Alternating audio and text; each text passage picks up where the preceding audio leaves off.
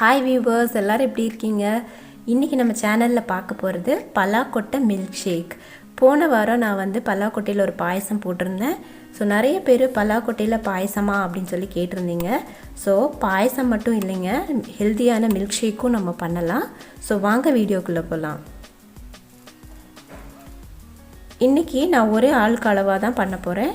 So ஒரு 10 பலாக்கொட்டை எடுத்து குக்கரில் நல்லா 10 விசில் விட்டு வேக வச்சு எடுத்திருக்கேன். இது நல்லா வெந்தால் மட்டும்தான் நமக்கு நல்லா க்ரீமியான மில்க் ஷேக் கிடைக்கும். அப்புறமா ஒரு டம்ளர் அளவுக்கு பால், சுகர், இவ்வளோ தான் தேவையான பொருள்.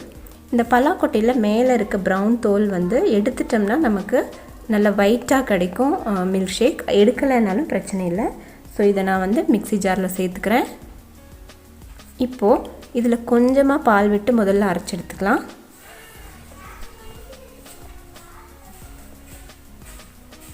இப்போ பாருங்கள், இது நல்லா க்ரீமியாக அரைஞ்சி வந்திருக்கு. முதல்லையே மொத்த பாலையும் சேர்த்துட்டா இந்த மாதிரி கண்டிப்பாக நம்மளால் அரைச்செடுக்க முடியாது. இப்போது நம்ம மிச்சம் இருக்க பாலை சேர்த்துக்கலாம். இந்த பால் நான் ஃப்ரீசரில் கொஞ்சம் நேரம் வச்சு எடுத்தேன். நல்ல சில்லுன்னு இருக்க பால். இதோட தேவையான அளவுக்கு சர்க்கரை சேர்த்துக்கலாம். சுகர் உங்கள் இனிப்புக்கு தகுந்த மாதிரி சேர்த்துக்கோங்க. இப்போ இதையும் ஒரு தடவை அரைச்சி எடுத்துகிட்டு வந்துடுறேன். இப்போ பாருங்கள், எவ்வளோ க்ரீமியாக நமக்கு பலாக்கொட்டை மில்க் ஷேக் ரெடியாக இருக்குது. இது ரொம்ப டேஸ்ட்டாகவும் இருக்கும். இந்த மாதிரி செஞ்சு கொடுத்தீங்கன்னா யாருமே நம்பவே மாட்டாங்க இது பலாக்கொட்டையில் செஞ்ச மில்க் ஷேக்குன்னு. அவ்வளோ டேஸ்ட்டாக இருக்கும். ஸோ நான் கொஞ்சம் பூஸ்ட் மேலே போடுறேன். இது பார்க்குறதுக்கும் அழகாக இருக்கும். எனக்கு பூஸ்ட் ஃப்ளேவர் பிடிக்குங்கிறனால நான் ஆட் பண்ணுறேன். இது ஆப்ஷனல் தான்.